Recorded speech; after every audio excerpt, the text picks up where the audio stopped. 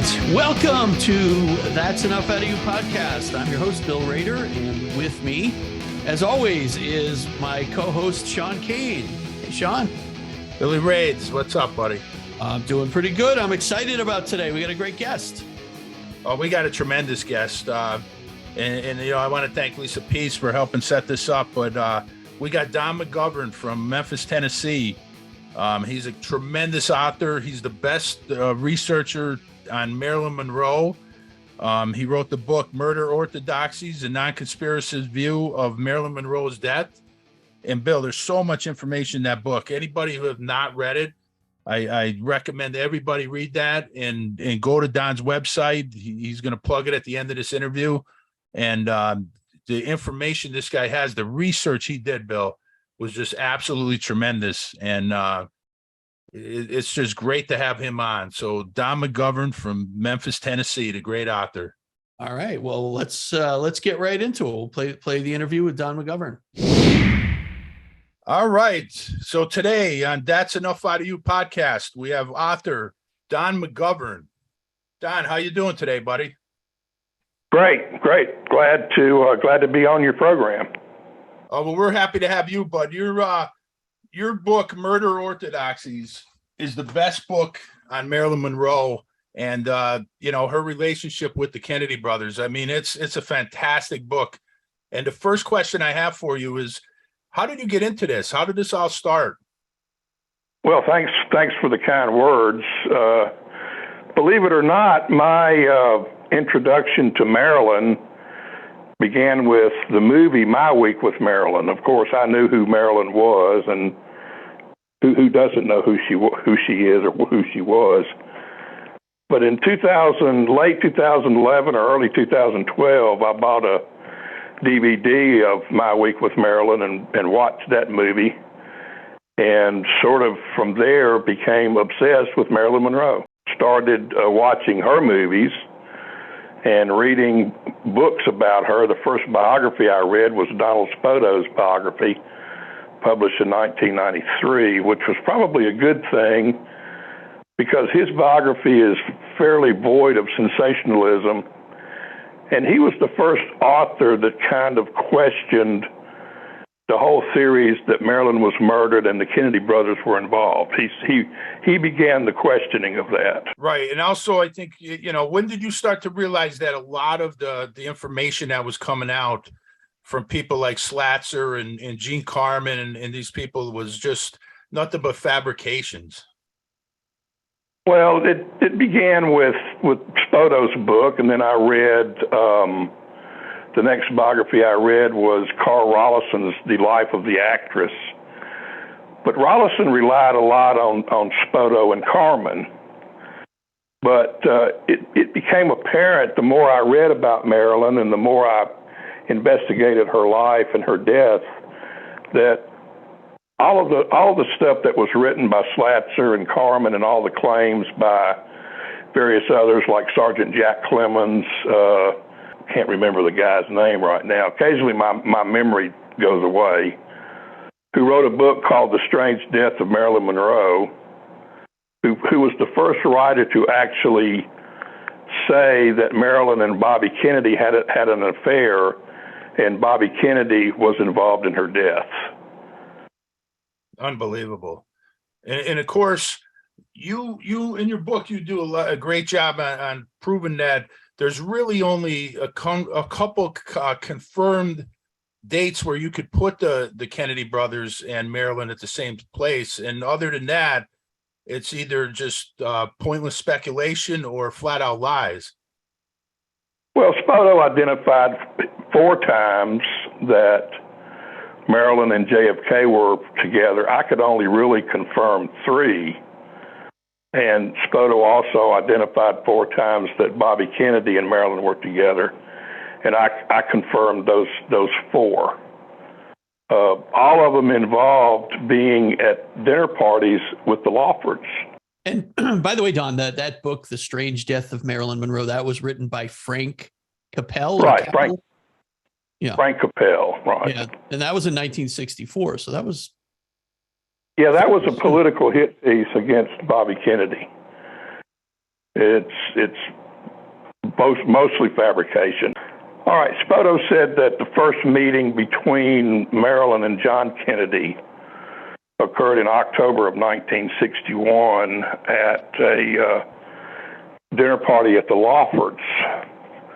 He used as his source Marilyn's makeup artist, Whitey Snyder, who allegedly delivered Marilyn to a party there.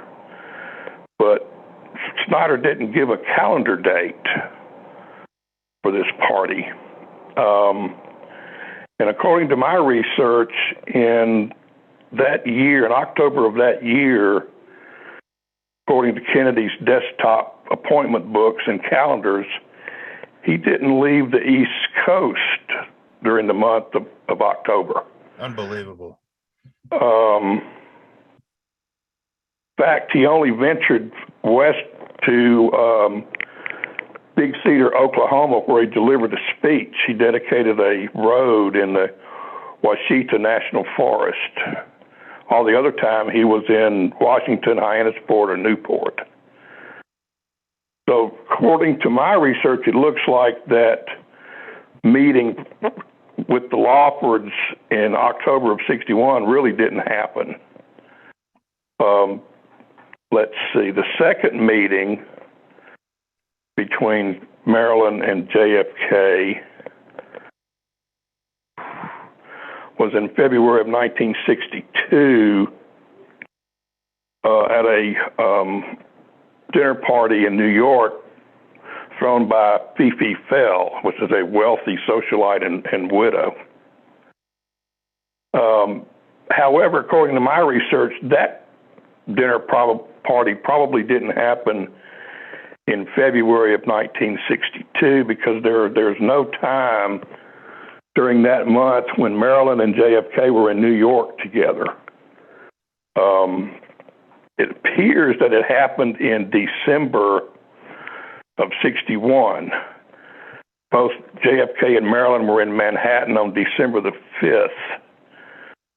So according to my research, that dinner party probably didn't happen in February. It probably happened, or February of 62, it probably happened in December of 61. So they met, but it didn't happen in February. Let's see, the next time they met was the one confirmed Spend the Night Together episode, which was in March of 62 at Bing Crosby's Desert Estate. Right. That's when apparently JFK talked to Ralph Roberts on the telephone from whatever room Marilyn and JFK were in. And then the last time they met was at the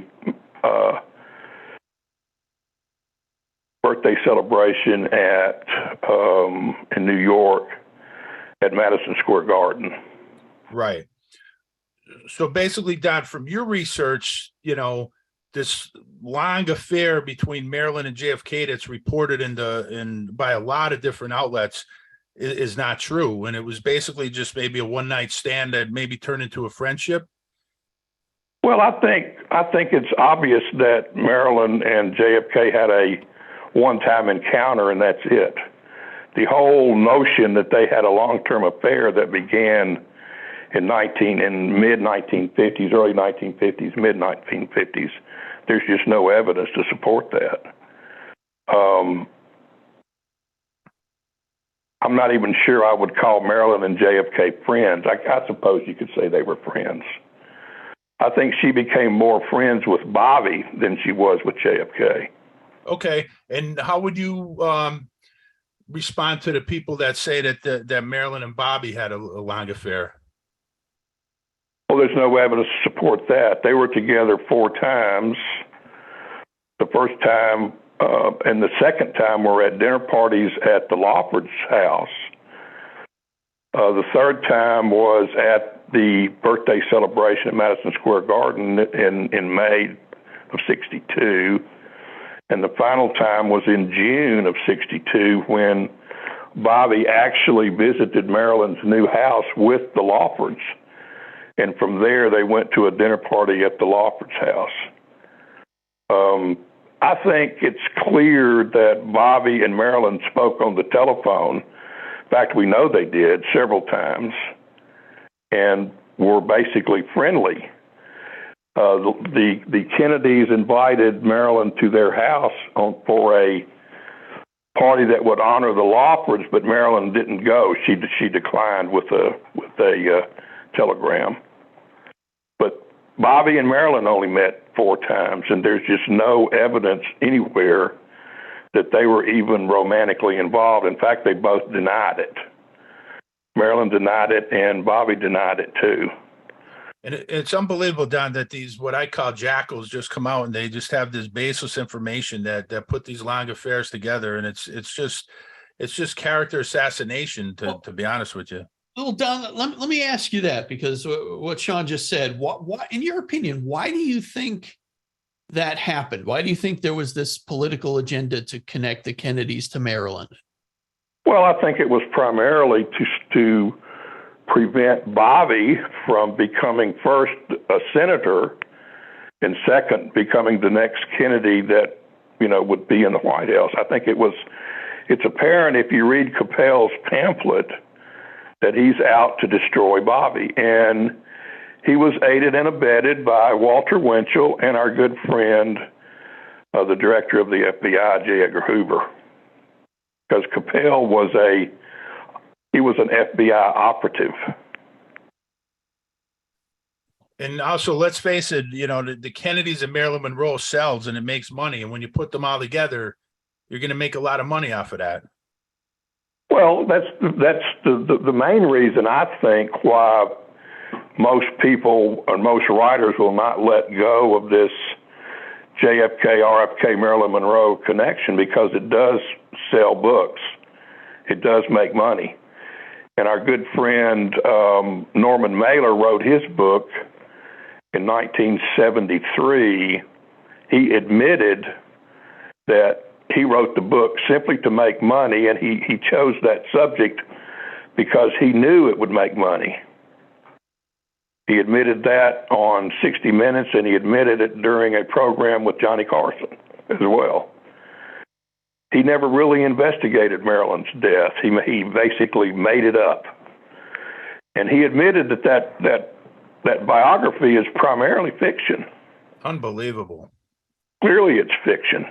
Right. And of course that led to Robert Schweitzer and his book, which is totally fabricated. The first book, The Life and Curious Death of Marilyn Monroe, which he published in 1974, is a complete fabrication. And I found the William Randolph Fowler collection at the California State University at Northridge and got about almost 100 documents out of that collection. And there were contracts in there where Fowler, Schweitzer, and Frank Capel agreed to write that book, agreed to write and collaborate to write that book, The Life and Curious Death of Marilyn Monroe. And Capel allowed them to borrow freely from his pamphlet. So that book is just a continuation of the political hit piece that Capel published in 1964. Well, Don, let's talk about some of the falsehoods of the interactions between Marilyn and the Kennedy brothers. Let's talk about the 1960 Democratic National Convention in Los Angeles. Well, that's a good one, because Marilyn, it's been portrayed by just about every conspiracist that ever wrote a book about Marilyn that she was at that convention cavorting with JFK, but she was not. She was in Manhattan. That's clear. If you read or investigate the dates, I think that the Democratic Convention was on July 10th, I think. Yeah, 10th through the 15th. Well, in all of those, during the 10th and the 15th, Marilyn was in Manhattan.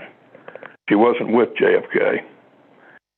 She didn't fly to Los Angeles to begin filming The Misfits, I believe, until the 17th of, was it July? 17th of July, yeah. And she was with Arthur Miller, right? She was with Arthur Miller, and on one of those dates, she found Ralph Roberts playing poker in Manhattan, and Ralph gave her a massage, and when he went to their apartment, he found Marilyn watching the convention on television as when Arthur Miller was asleep in the bedroom. So it's clear she wasn't there. She didn't go to Los Angeles during that convention at all. That's just another fallacy. Unbelievable. I mean, it really is. It's just incredible that they put this stuff out there, and you just do a tremendous job of searching through all this stuff and getting to all these dates. How about another one? Go ahead, Don. None of these biographers, publishers, fact check them. It's shameful the way they get away with making lies up. Yeah. And the problem is, Don, is that a lot of this is now taken. It's almost like legend. Like people believe this nonsense, and it's just, you know, they accept it almost like it's fact, and it's just complete garbage that's thrown out there, and it's frustrating. And like I said, you just did an amazing job going through all this stuff. You know, 61 years of lies and 61 years of belief, perseverance, and people like Anthony Summers and many others that I could name. It's almost impossible to battle that. It's almost impossible to change a person's mind. And when you tell a lot of Marilyn fans that she committed suicide, they don't want to believe it. Right. That's just another problem. They just don't want to accept. And they'll tell you, no, Marilyn would never have committed suicide. But, you know, she attempted suicide 4 times during her life that we know of. She may have attempted it more. But to say that Marilyn would never have committed suicide is certainly fallacious, you know. And of course, Summers is just one of the many authors that have problems with on this, that if you want to call him an author, I mean, the stuff that he put out there is just amazing. Well, if you watch that movie that was based on Goddess, there's so much that's left out. The evidence he puts forth is so selective that it's there to uphold a certain agenda. Now, he does finally say that he couldn't find any evidence that Marilyn was deliberately killed, but he still has to keep the conspiracy theory going. He says the Kennedys were involved in the conspiracy to cover up her death, or the circumstances surrounding her death. And of course, there's that awful Netflix special that was put out too with Summers. Yeah, that's the one I'm talking about. Okay, that's the one. Okay. Yeah, the unheard tapes. Yeah, the unheard tapes. That's just terrible. Yeah, there's just a lot of information and a lot of evidence to refute all of his allegations, particularly about Robert Kennedy. Right. That he doesn't even talk about, and one of those is the fact that Bobby Kennedy was in Northern California on the day Marilyn died. He wasn't in Los Angeles. Right. He was in Gilroy. He was in Gilroy with the Bates. And he doesn't even mention that. In that movie, that's not even brought up. The Bates' names are not even mentioned. It's just shameful, really. Yeah, it really is. Let's go into a little bit detail on the July 4th party in 1962 at Lawford's mansion. This accusation was in Mark Shaw's book, Collateral Damage. Book. Yeah, terrible. Oh, that book is really, it's really awful. I don't know how you read some of these things, Don, to be honest with you. Like, it's hard to go through some of these books. It's been difficult I've read over 100 books about Marilyn, not all of them biographies, of course. Right. But some of them are just disgusting. They really are. Yeah, definitely. This was actually in Bombshell, the Mike Rothmiller book. Well, in that book, they claim Marilyn and Bobby Kennedy spent 4th of July weekend in 1962 together at the Lawford's house, beginning on July the 3rd. So Bobby was there from July 3rd through the 4th, through the weekend following the 4th, which would have been July the 8th, I believe. But Bobby was on the West Coast. He was not in Los Angeles. That was Kathleen Kennedy's 13th birthday, I believe. So he was on the West Coast or the East Coast in Hyannisport celebrating his daughter's birthday and also participating in a July the 4th celebration with most of the Kennedy clan was there. And they had a parade too, right? They had a parade, yes. And then that weekend, the patriarch returned from New York, where he had been receiving treatments from for his stroke. Right. So it's clear that Bobby wasn't in Los Angeles on the 4th of July. He was on the East Coast. And like you point out, like nobody would notice the Attorney General was missing for 6 days. Yeah, that's kind of strange, don't you think, that nobody would notice he was missing 6 days? Incredible. But like you said, they don't fact check any of this stuff. Oh, no, it's just here's what we want you to believe, that Marilyn and Bobby Kennedy were lovers and they spent all this time together. But that is not true at all. That's just not true. As you said, Don, like once that gets into the public consciousness, it almost becomes a fact, even though it isn't, just because the public is hearing about it and it sounds reasonable, right? It sounds almost. Well, the accusations have been made so frequently, and it appears all over the internet, and it appears in magazine articles and e-zine articles and this kind of stuff about Bobby and Marilyn were lovers, and he killed her or was certainly involved in her death peripherally if he didn't actually kill her. It was actually Mike Rothmiller's book where he claimed that Bobby actually poisoned Marilyn, and Peter Lawford was there and witnessed it. And Rothmiller got a confession out of Peter Lawford that Bobby Kennedy had actually poisoned Marilyn. That's probably the most remarkable. Go ahead, Don. Remarkable thing I ever read about Marilyn's death, that she was actually poisoned by Bobby Kennedy on July the 4th. It's so many of these conspiracy theories around Marilyn's death, Don, they if not all of them, contradict each other. I mean, the ones involving the Mafia and the other ones with the Kennedys and Sam Giancana, and there's so many of them, they just contradict each other. Well, they can't all be true, right? I mean, all of those particular theories about how she was murdered can't be true. So if you're going to believe one, you have to pick the one you want to believe. And, the way I look at this is that there's so many differing theories about how she was murdered by this person, that person, that I don't think any of them can be believed. No. Just because there's so many. No evidence to support it. No. There's no evidence whatsoever that Marilyn was poisoned. She was killed by, Chuck Giancana said she was murdered with a suppository, which according to my research would have been practically impossible to do. Right.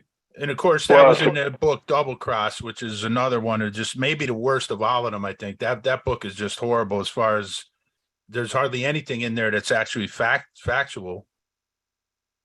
Well, the things he says about Marilyn, if you really know anything about Marilyn's life, you know that they're just not true. Right. They're just made up.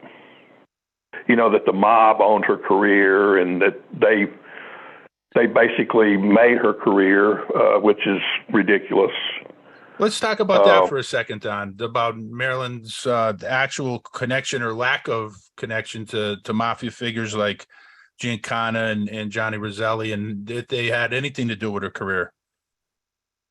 You know, most of that began with a guy named Scaduto who wrote about Marilyn, and another guy would have been Milo Spiriglio, who basically started a lot of the mob ideas that the Kennedys enlisted Sam Giancana's help to get rid of Marilyn, which basically makes no sense at all. I mean, that's absolutely ridiculous. I mean, considering Bobby was going after him. Yeah, I mean, considering that Giancana and the Kennedys were enemies, why would Giancana agree to murder the mistress of some people that he really disliked? I mean, it just doesn't make any sense. And of course, it seems to me that if Marilyn was going to go to the press and reveal that she had been involved with those two Kennedys, sexually and romantically, that's something that Giancana would want to happen. Right, exactly. So he would have kept Marilyn alive. He wouldn't have murdered her. Exactly. It doesn't make any sense. No. Well, there's no evidence at all, any kind of evidence, no photographs, nothing in the print media about Marilyn being involved with mobsters or gangsters. And Spoto said he interviewed people from the mob, and they did not know of anybody that was ever involved with Marilyn. And Alex D'Arcy, who starred with Marilyn in How to Marry a Millionaire, told Spoto that Marilyn never had an affair with any mobsters. And I mean, that's about it. I mean, there's just no evidence. There's no evidence. There's nothing, no. And I have to believe that if Marilyn was running around with mobsters, there would have been photographs. Sure. There would have been newspaper articles, something. Especially two gangsters like Johnny Roselli and Sam Giancana, who were they were in the press constantly. Well, you know, a lot of that, the responsibility for that rests at the feet of Jeannie Carmen. Right. She created a lot of that. She said that Marilyn and Johnny Roselli were involved, and she said she was involved with Johnny Roselli. She also said she had an affair with JFK. Let's talk about her for a second, Don. Jeannie Carmen, what was her actual relationship? What's the evidence show with her relationship with Marilyn Monroe? Well, there's no evidence at all. There's no photographs of her together with Marilyn. And of course, she claims to be best friends. Well, she claimed they were best friends, and she said that, you know, the day Marilyn died was Jeannie Carmen's birthday. Now, if they were best friends, doesn't it seem to you that they would have celebrated, Marilyn would have celebrated her best friend's birthday? You would think so. Yeah.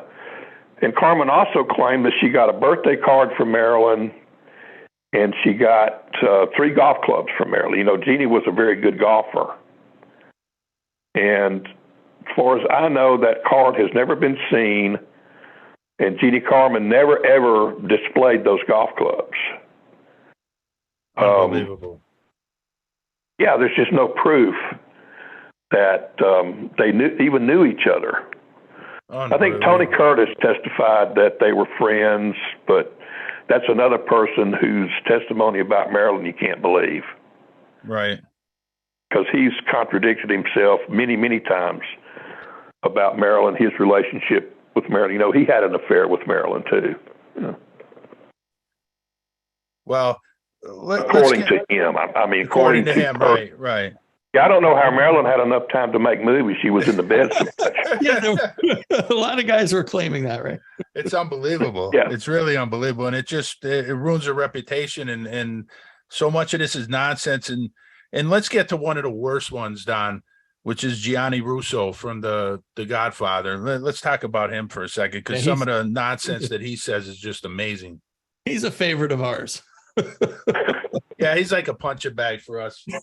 Well, it's remarkable to me that Mark Shaw would use Gianni Russo as a source. I find that to be the most remarkable thing about that book. Of course, he used Capel too. But everything Russo says about his relationship with Marilyn is totally fabricated. Even he would have been 12 years old in the one scenario, right? When he said the affair started. In another scenario, he would have been 5. Russo was born in 1943, and at that time, Norma Jean about 17. Jean was 17, right? He said he first. Well, he's told so many stories that he became involved with Marilyn when she was in her 20s. Okay. Mm-hmm. Well, at that time, Russo must have been 6. I think he was 6 years old. And she turned 20. She became, let's see. Well, she was only 36 when she died, right? Yeah, she turned 30 on June the 1st in 1956, when Russo was 12. Okay, so he would have had an affair with Marilyn between when he was basically a child. Well, Don, he was 12, but he looked 14. I mean, come on, let's. It would have been the most popular kid in kindergarten. Well, he also said that he changed his story to say he was 16. And Marilyn was 33 when they began their affair, and the affair lasted 4 years. Well, that can't be, because Marilyn died when she was 36. Right. So he didn't. His relationship didn't last 4 years. Couldn't have. Unbelievable. He also claimed that she summoned him to perform a shampoo on her in 1959. When she was living at the Waldorf Astoria. The only problem with that is she wasn't living at the Waldorf Astoria in 1955. She was living at 444 East 57th Street in an apartment building with Arthur Miller, by the way. So all of his tales are fabrications. But the one that gets me the most is the claims he made about July the 28th weekend at Cal Neva when Bobby Kennedy was supposed to be there. Right. Once again, I have newspaper clippings and newspaper reports that say where Bobby Kennedy was, and he was nowhere near Cal Neva Lodge. He was on the East Coast. It's just another example of how people make stuff up and people believe them. It's hard for me to believe that somebody could believe these people, can actually think they're telling the truth. And it's amazing that they put these people on. I've seen these people on like major networks, and it's just amazing that they put them on. Well, I've watched several interviews with Russo, and it's amazing to me that they say that they're given any kind of credence whatsoever. And Howard Stern is probably where he began his to tell his yarns, and Stern it appears that Stern just bought it, believed him 100%. Right. Amazing. When was that interview with Howard Stern? I don't remember that. I've been listening to Howard for a long time. I don't remember that interview. I think his first interview with Howard Stern was in 2006. Oh, okay. So that's when he said he was involved with Marilyn when she was in her 20s. Okay, which couldn't have been. That's just not possible. Mm-hmm. I think he's been on a Stern show at least twice, maybe 3 times. Okay. I'll have to go back and check that out. Yeah, I mean, Gianni Russo, he also claimed he had nothing to do with the death of Sonny Corleone, but we know that wasn't true either, right?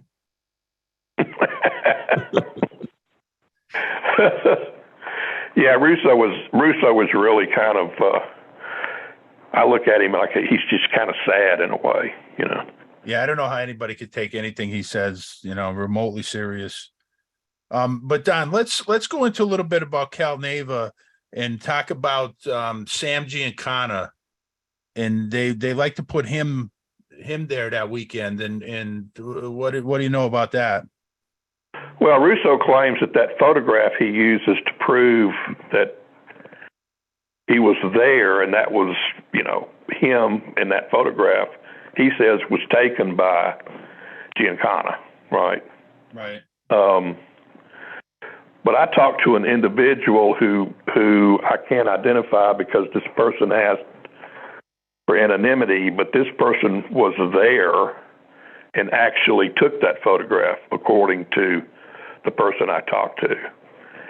Wow. And this person said Giancana was not there, and Russo was not there, and certainly the Kennedys were not there.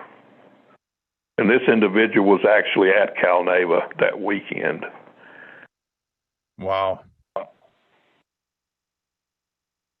Yeah, this person is probably the last surviving person that was there that weekend.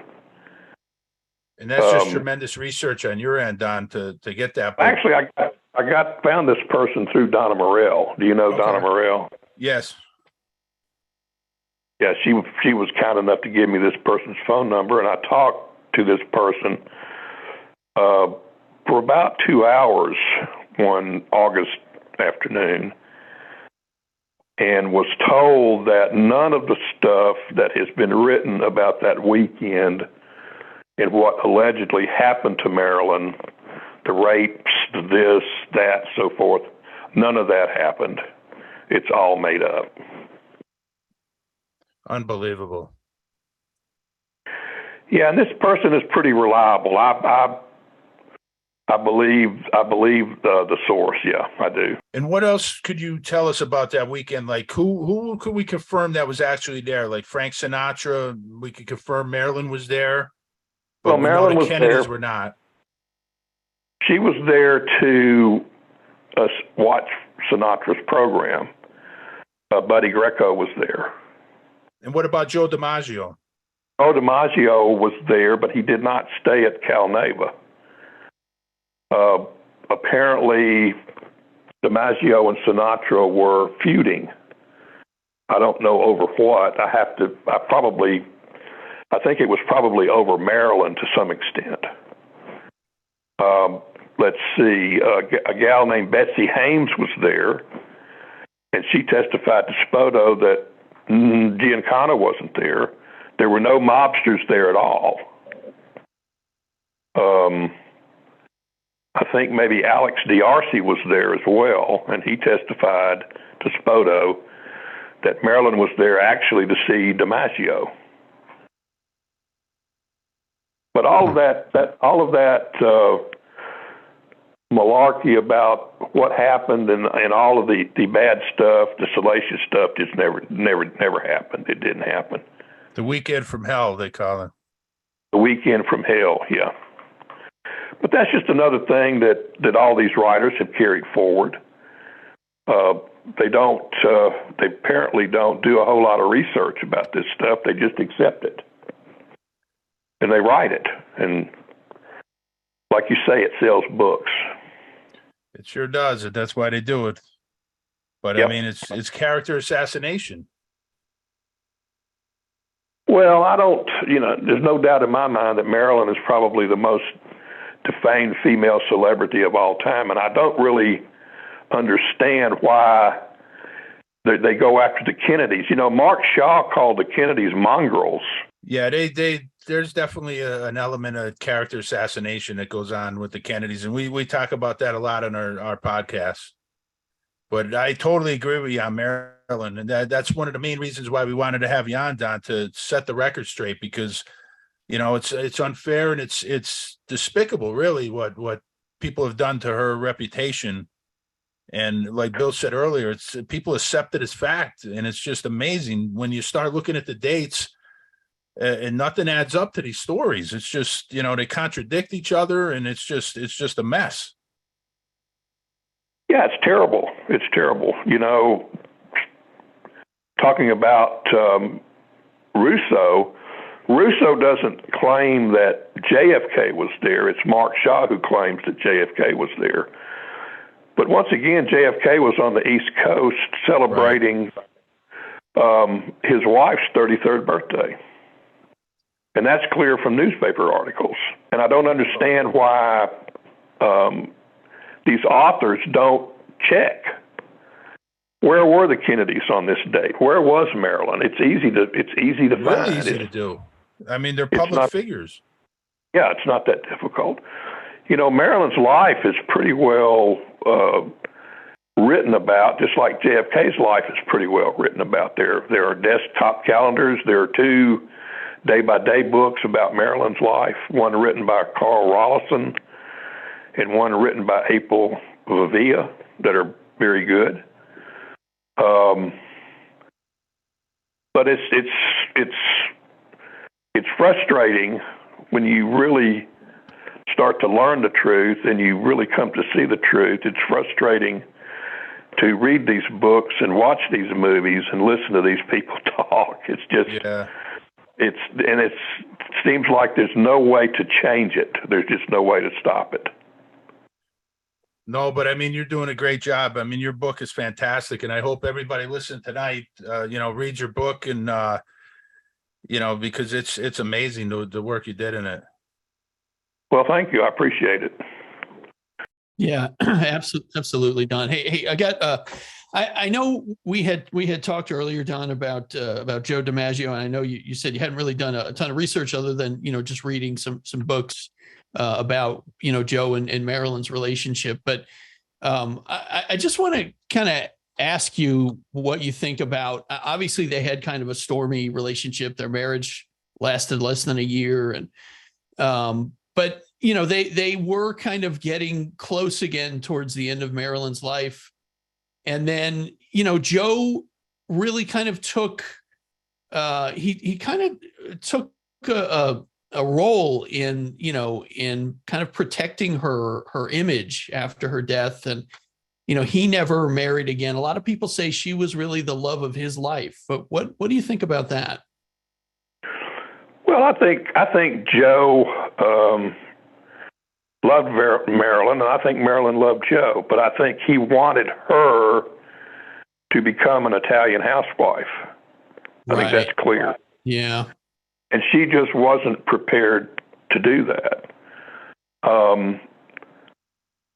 After she divorced Miller, she and Joe got back together, and he actually spent a lot of time with her when she was living in New York. She had some surgery performed while she was living in New York. I think she had her gallbladder out. And she was there with her sister, Bernice, and Joe spent a lot of time with him there. I kind of believe they were going to remarry. I do believe that. Mm-hmm. It's questionable or questioned by a lot of people whether or not they were going to remarry. But they had a stormy relationship that ended during the filming of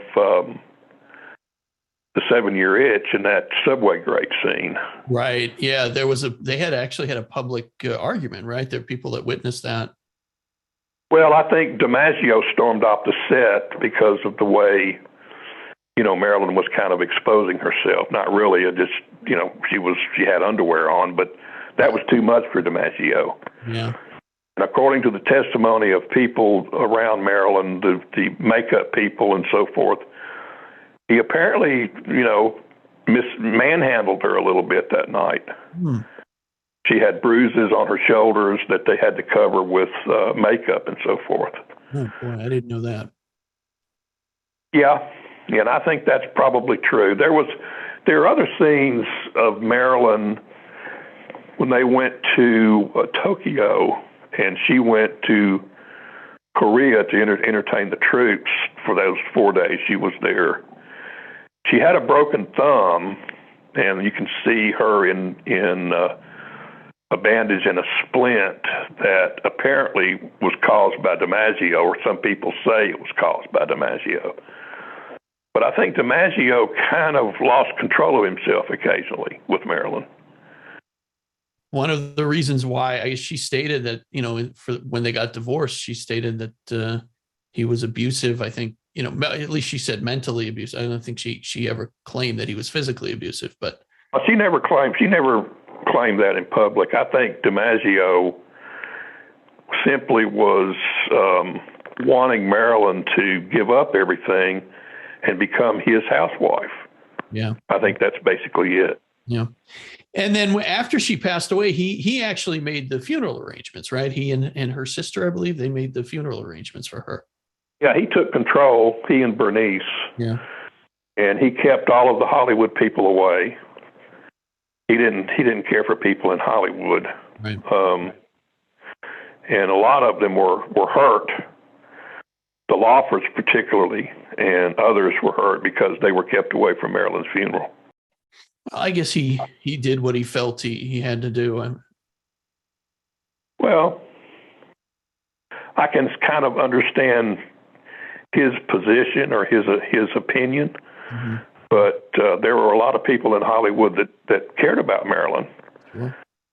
That wanted to come to her funeral, but he didn't allow it. So Don, I know. Go ahead, Don. I don't know that much about their relationship. I mean, C. David Hyman wrote a book called Joe and Marilyn: Legends in Love. I don't recommend that you read it, but all right. Hyman is another one of the. In fact, he may be the worst when it comes to fabricating things about people he wrote books about. Robert Kennedy, Jacqueline Kennedy, Joe and Marilyn. It's just, he is really, really bad. I'll give you a prime example. In one of his books, he talked about the day that Marilyn died, that Bobby and Lawford were in her house, and Marilyn was drunk, which of course we know she wasn't drunk because her autopsy showed she hadn't taken any alcohol that day. But she was drunk and she attacked Bobby with a knife. That was in one of the first books he wrote. It may be the one about Jacqueline. But then in Joe and Marilyn: Legends in Love, he changed the knife, or that whole scenario, where Marilyn actually threw a glass of champagne in Bobby's face. Unbelievable. And he explained it by saying, well, Peter Lawford changed his story. He got all of this information allegedly from Lawford, okay? But by the time he published Joe and Marilyn: Legends in Love, Peter Lawford had been dead for almost 30 years. When did he change his story? Maybe there was a seance or something. Who knows? You never know.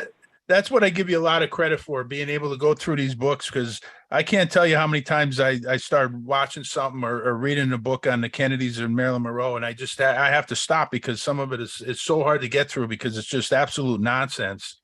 Yes, it's crap. It's just basic crap. But that's just a prime example of how, particularly Hyman's corruption of the historical record has found its way in just about every book that was ever written about Marilyn and the Kennedys after he wrote. I think the first one he published was A Woman Named Jackie, where a lot of this first appeared.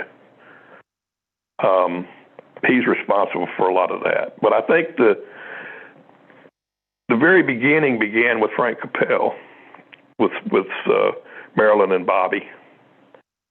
And there's just a lot of really, really wrong stuff in Capel's pamphlet.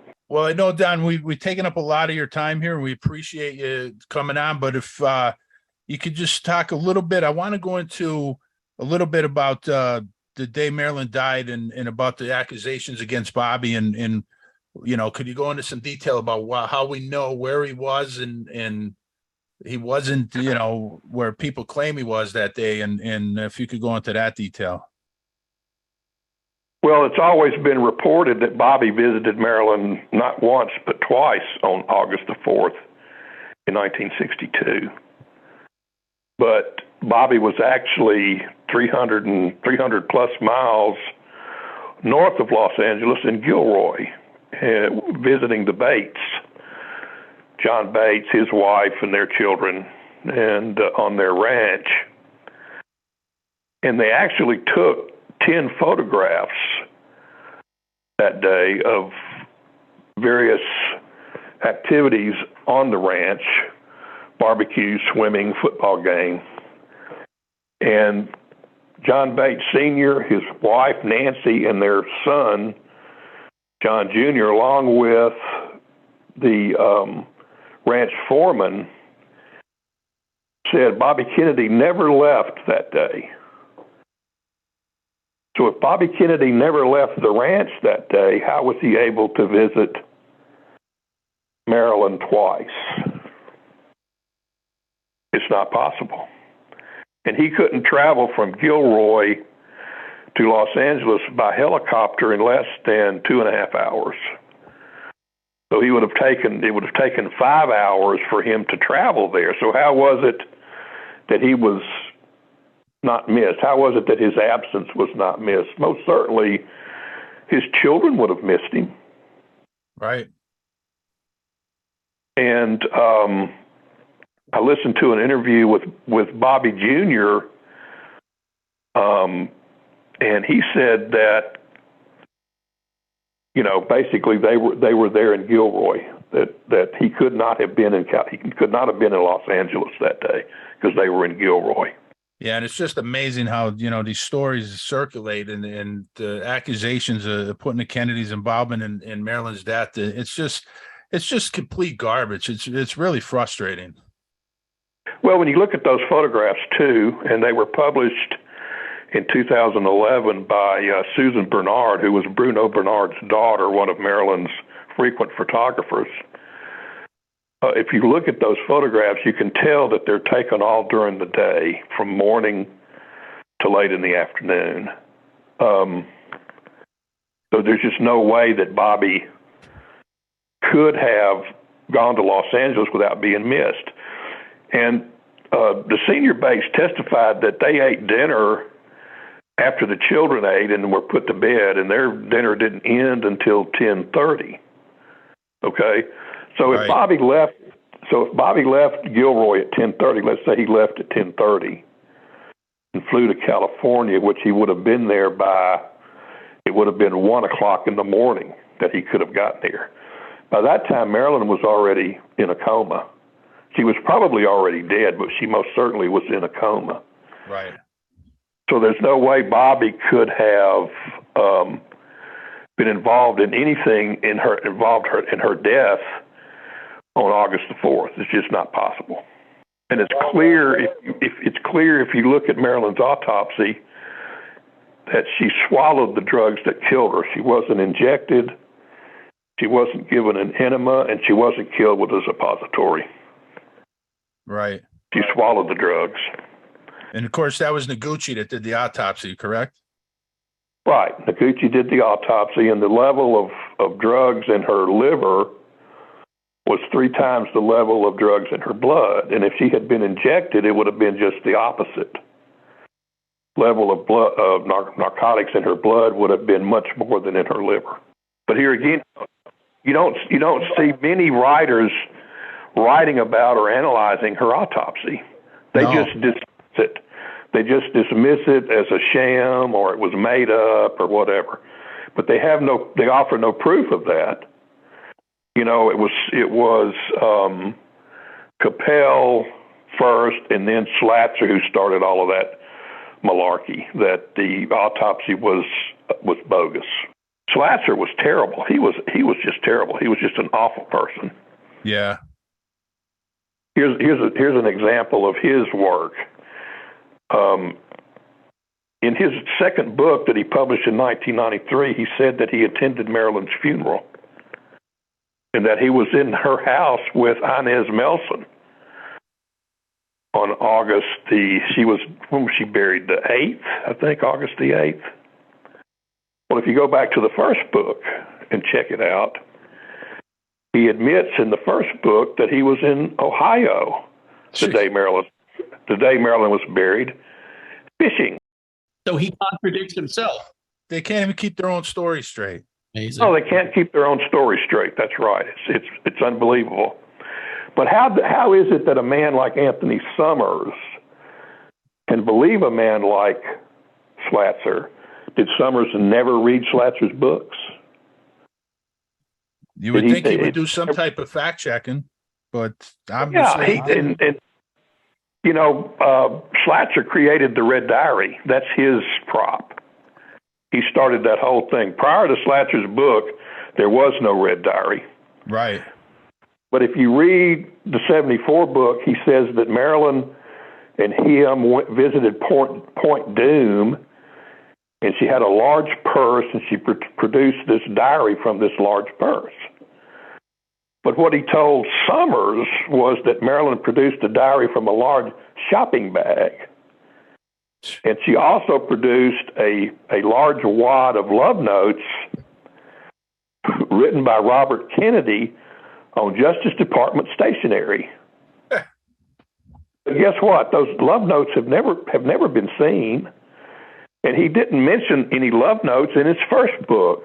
And they just keep putting this stuff out there from these guys. Like, it's just amazing. And I don't know. It's just the two research. The two books that, were published recently, the one by Shaw and the one by Rothmiller, just perpetuate and add to all the mythology of the Marilyn and the Kennedys. And there is simply no evidence whatsoever that the Kennedys were involved in her death. Certainly not that Bobby Kennedy poisoned her. Right. There's just no evidence. But every time I read an article on the internet about it, or every time I watch a video about it, when I go to the comments, I just have to shake my head in disbelief at how much people don't ever go to the comments, Don. Don't ever read the comments. It's amazing how much people have swallowed it all. Oh, yeah. It really is. I mean, it's amazing. It's terrible, really. Yeah, it's like you say, it's absolute character assassination. Well, Don, the last question for me is there anything that you want to say about Marilyn? I think you did a great job tonight, in helping tell the truth about her reputation and knocking down a lot of these slander stories. But is there anything else you want to add about Marilyn that you think the people, our listeners, want to know?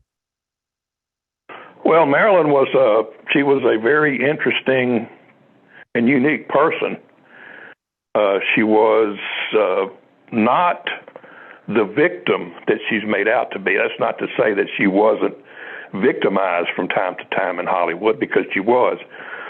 But she was also a very strong person. She suffered from mental illness that is never properly talked about. She was a borderline personality, and she suffered from what was formerly known as manic depressive. Now I guess it's bipolar. But it's unfortunate that all of the theories about her death and all of that stuff clouds the fact that she was also a very fine actress, and a lot of her movies are certainly worth watching.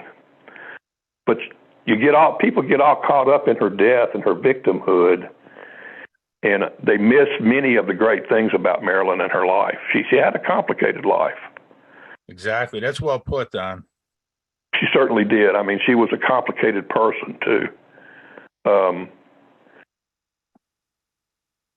I'm not going to say that Marilyn wouldn't have had an affair with John Kennedy, but I don't think it was in her nature to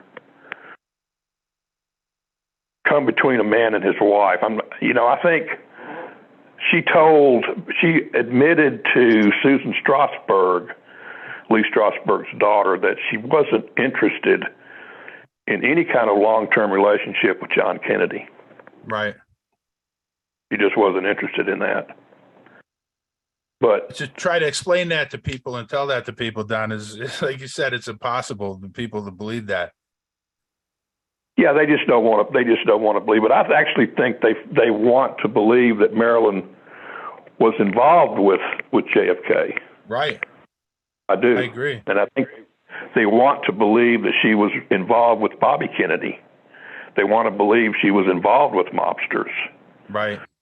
But unfortunately, none of that is really true. She had what you might call a one-night stand with JFK, and that's all that can be proven. And I've tried to find evidence for 10 years of more encounters, more information on their relationship, but it just doesn't exist. Even J. Randy Torborelli admitted that there's no evidence whatsoever to support any kind of romance between Bobby and Marilyn at all. And the thing that has often been said, that she tied up with JFK after the birthday celebration, is also false, and even he admitted that was false. He couldn't find any evidence to support that. Right.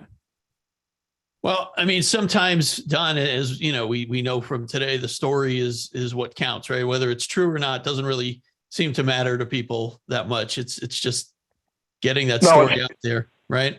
Yeah, it's the sensationalism, it's the salaciousness of it. Yep, exactly. That people really like, yeah. And that's what, one of the things we try to do on our podcast is to get the truth out to people, even if, whoever's listening to us, we really try to do that. And with help from people like you, Don, and we really, really appreciate it. You coming on, spending some time with us today. It's great that somebody's trying to get the truth out there. Well, that's what we are trying to do. So hopefully someone will listen to us and even if we change one mind or whatever, then I think we've done our job. But we definitely appreciate the work that you've done, Don, the book that you've written, and appreciate you, like I said, spending some time with us today. Yeah, we appreciate I appreciate you having me on. I hope I didn't sound too idiotic. Oh, you were tremendous, Don. You were great. And could we give you a second here to plug your website down and let our listeners know where they could find your website? Because there's a lot of great information on there. Yeah, it's MarilynFromThe22ndRow.com, and the 22nd is 22ND. I'm in the process of kind of revamping it and updating it. But MarilynFromThe22ndRow.com. Okay. And I appreciate y'all giving me a chance to plug it. Oh, no problem, Don. We appreciate you coming on. This was tremendous, and I think you did a great job here. I hope the people are listening and know that the truth is out there, and stop believing this nonsense that's out there about Marilyn and the Kennedys, because it's just so horrible that the character assassination. And thank you for all you did. Well, I appreciate it, and I hope people will go visit the website and find out all the dates that I couldn't remember. Because it's all there. It's all there. And we'll add a link for people so our listeners could go and check it out, because there's a lot of great information. And thanks again for all the work you do. Thank you all for having me on. I appreciate it. All right. Thanks, Don. All right. Bye-bye. Goodbye, Don. All right. So that was a great interview, Sean. I mean, was that amazing? He's obviously done so much research, and what's interesting is he really didn't start doing this until much, not that long ago, right? Right. And he got into it a little later, and he became almost obsessed with Marilyn Monroe. And there's a lot worse things to become obsessed with, Right. and Exactly. It's just great that, because Marilyn Monroe, like you said, is a complicated person, but a very interesting, smart businesswoman and very intelligent, and just that, her reputation has been ruined by these jackals. And he did such a great job. And that interview was amazing, Bill. It was great. Yeah. And one thing, I wanted to mention, I thought about it once it was over, but Anthony Summers, he mentioned, the author, and he did that Netflix special, and he just did a lot of disinformation, Bill. And I'll tell you, the first time I saw Summers, Bill, I remember him after Oliver Stone's movie on JFK came out, and he said, I remember his exact words. He said, there's not a speck of evidence that like Oliver Stone said, that JFK was killed because he was pulling out of Vietnam. He said, but there's a lot of evidence that JFK was having affairs with this one and that one. And now I think back on that, and all the evidence that's out there today that JFK was actually pulling out of Vietnam. Right. It's just like that was the first introduction I had to Anthony Summers and the nonsense that he puts out, and the awful, like we talked about in the episode, Bill. He doesn't fact check anything. He's taken the word of people who are just throwing stories out there, and like Gianni Russo. I mean, the nonsense that he puts out. He's 12 years old, having an affair with Marilyn Monroe. I mean, it's just nonsense. Yeah. But what a great interview, buddy. Oh, it was great. Thank you for getting this together. It was, and I know Lisa. Well, Lisa, we'll thank Lisa. Yeah. Lisa's the key to setting this one up. Yeah. That's great. So thank you, Lisa, if you're listening. And this was fantastic. And as we kind of said towards the end of that interview, what one of the biggest goals that we have on this show is we're trying to debunk a lot of this crap that's out there. A lot of the myths and public perceptions, the things of that nature of these historical people. And this is an opportunity to have somebody on who really did his research and knows and talked to a lot of people and just did a tremendous job putting this book together. And the knowledge he has, Bill, that interview probably could have went for 5 hours if we kept going. Absolutely. Yeah. He was very generous with his time with us. Absolutely. So, all right. Well, Sean, this was great. Look forward to more of these types of interviews. I know we have some more guests lined up, and more great stuff coming up in the very near future. So, and the one last thing, Bill, to all them jackals out there that are trying to ruin the reputation of Marilyn Monroe and the Kennedys, that's enough out of you. I think we proved that today, right? I think we did, buddy. All right, Sean. Well, good job, man. Thank you, and everybody have a great night. That's enough out of you. Good night, everybody.